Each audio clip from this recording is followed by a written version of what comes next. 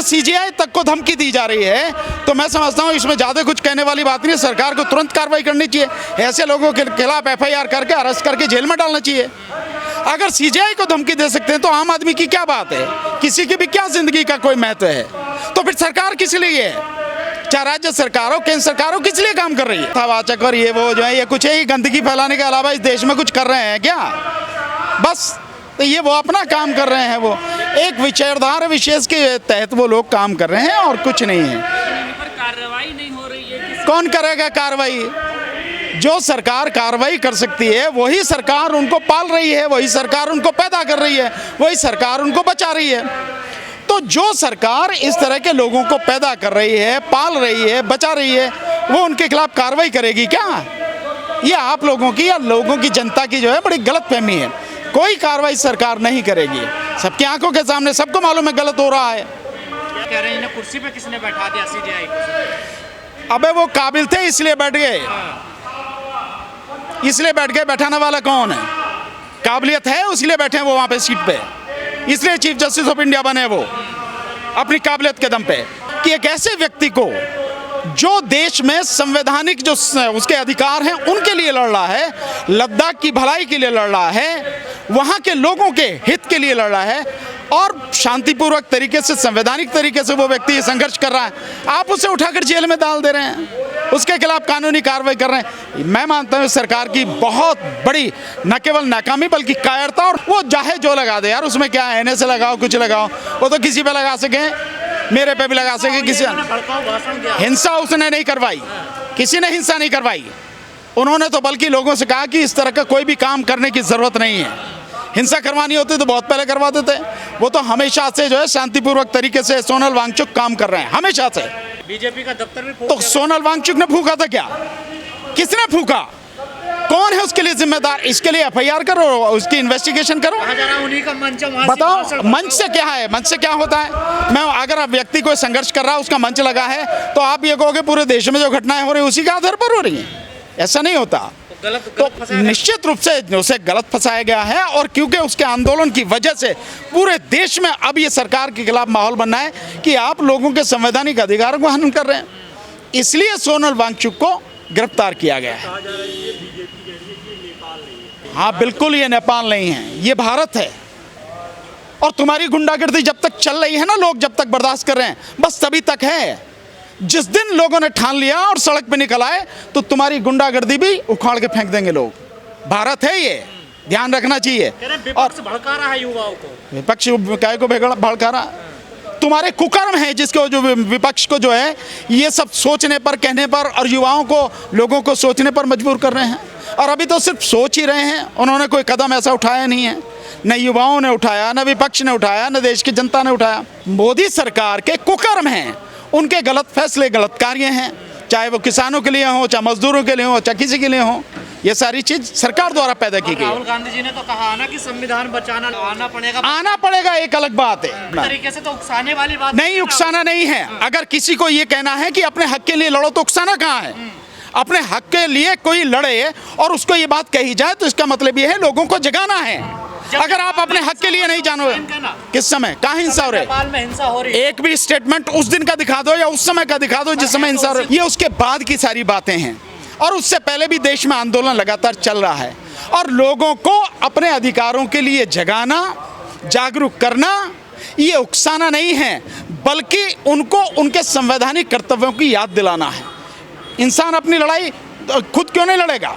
दूसरे क्यों लड़ेंगे? इसलिए उनको जगाया जाता है, उनको समझाया जाता है, उनको सारी चीज़ें दिखाई जाती हैं।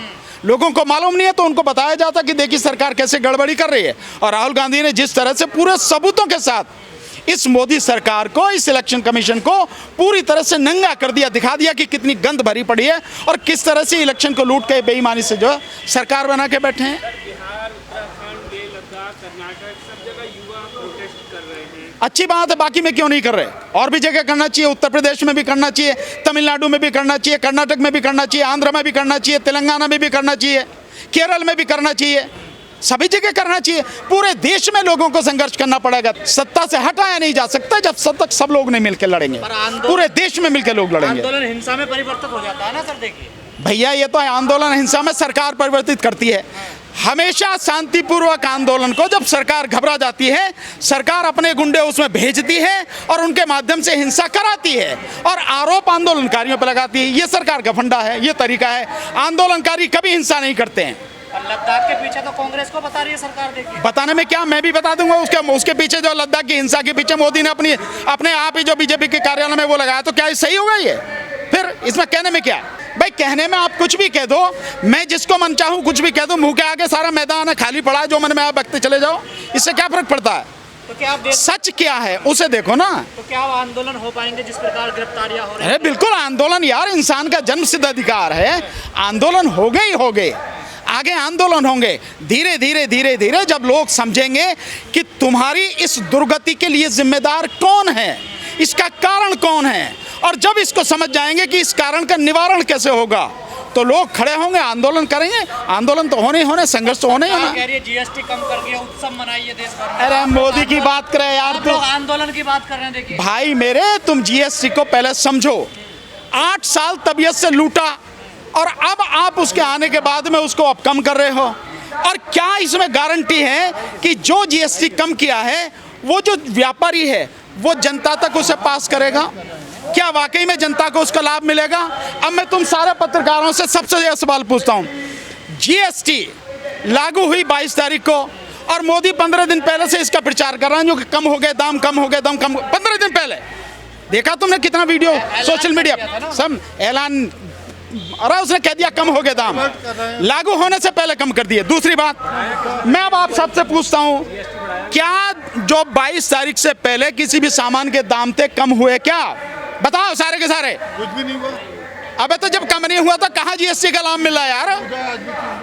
यही तो बात मैं भी कह रहा हूँ भाई। उत्सव क्यों मनाया जा रहा है? देश भर में प्रोग्राम क्यों हो रहे हैं? मोदी का काम है नौटंकी करना, नौटंकी हो रही है, बात खत्म। जनता के पैसे पे नौटंकी हो रही है। अभी ईवीएम का मुद्दा कांग्रेस ने नहीं उठाया। तो कांग्रेस मतलब ईवीएम का मुद्दा अभी हमारे पास ही है, हम ही उसके पहरेदार ही है, समझो, है नहीं है? हम ही उसके लड़ाकू हैं। लेकिन मैं ये मानना हूं कि इस मुद्दे को भी कोई भी उठाए तो सही, लड़े तो सही, संघर्ष तो करे, इसका लाभ तो सभी को होना। मैं उठाऊंगा तो आप उठाओगे, तो राहुल जी उठाएंगे, तो विपक्ष उठाएगा। तो असली बात यह है कि मुद्दे उठाए जाएं, लोगों की भागीदारी उसमें हो, संघर्ष हो और ये गंदगी साफ हो, यही मकसद है। राहुल गांधी वोट चोरी का मुद्दा जो उठा रहे हैं, क्या इससे कुछ होगा चुनाव में? वोट चोरी का मुद्दा ही नहीं उठा रहे राहुल गांधी, पूरे सबूत दिखा रहे हैं। आरोप नहीं है, सबूत हैं कि इस तरह से वोट चोरी हो रही है। और निश्चित रूप से लोग समझेंगे। और जैसे बिहार में वोट यात्रा निकाली गई, वोट अधिकार यात्रा, मैं समझता हूँ पूरे देश में आंदोलन इस तरह से होगा, जनता जागी। इलेक्शन कमीशन तो मानने को तैयार नहीं है। अरे मानने से क्या, चोर कभी मानता है कि मैंने चोरी की है? भाई मुझे बताइए यार, मैं तो अदालत में कहता हूँ और अदालत कहती है कि सच, ईमान धर्म से सच कहो कि मैं जो कुछ कहूँगा सच कहूँगा, सच के सिवा कुछ नहीं कहूँगा। सबके समा झूठ बोले यार। तो भाई चोर कभी मानता है कि मैंने चोरी की है? नहीं मानता। जो विष्णु की मूर्ति अगर मैं सही समझ रहा हूँ तो वो खजुराहो वाली स्थिति, तो उसमें किसी का कोई अधिकार नहीं है। वो आर्कियोलॉजिकल सर्वे ऑफ इंडिया उसके अंतर्गत है और जो भी कुछ उसमें करेगा वो archaeological survey of India ASI वही करेगा, किसी और को कोई उसमें अधिकार नहीं है। पर हिंदू ये कह रहे हैं कि मजाक उड़ाया सीजेआई साहब ने। नहीं, वो तो जो भी चाहे कह दें भाई।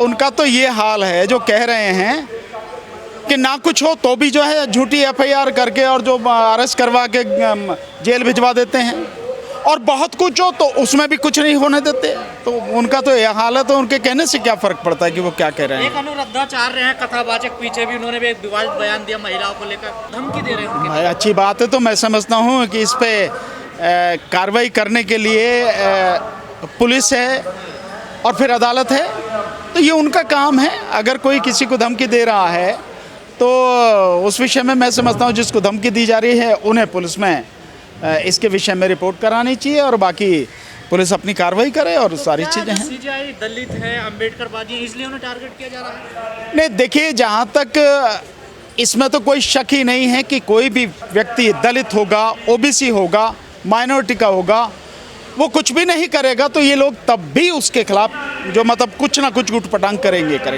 इसमें तो कोई कहने वाली बात ही नहीं है। लेकिन इनका ये है कि इनकी विचारधारा और इनके जो उद्देश्य और लक्ष्य हैं उसके रास्ते में अगर कोई भी आएगा तो वो इनका अपना ही क्यों ना हो बंदा, ये उसके खिलाफ भी इस तरह की चीज़ें करते हैं। क्या सीजीआई इनके रास्ते में आ रहे हैं? नहीं, सीजीआई किसी के रास्ते में नहीं आ रहे। सीजीआई साहब ने जो जहाँ तक उसके विषय में खजुराहो वाले के इस विषय में है उसमें उन्होंने बिल्कुल सही निर्णय दिया है कि भाई इसका कोई लेना देना नहीं है, कोर्ट से कोई लेना देना नहीं है और इस विषय में जो है सारी कार्रवाई वो करे, एएसआई करे। तो सीजीआई साहब ने बिल्कुल सही कहा है, उसका कोई मतलब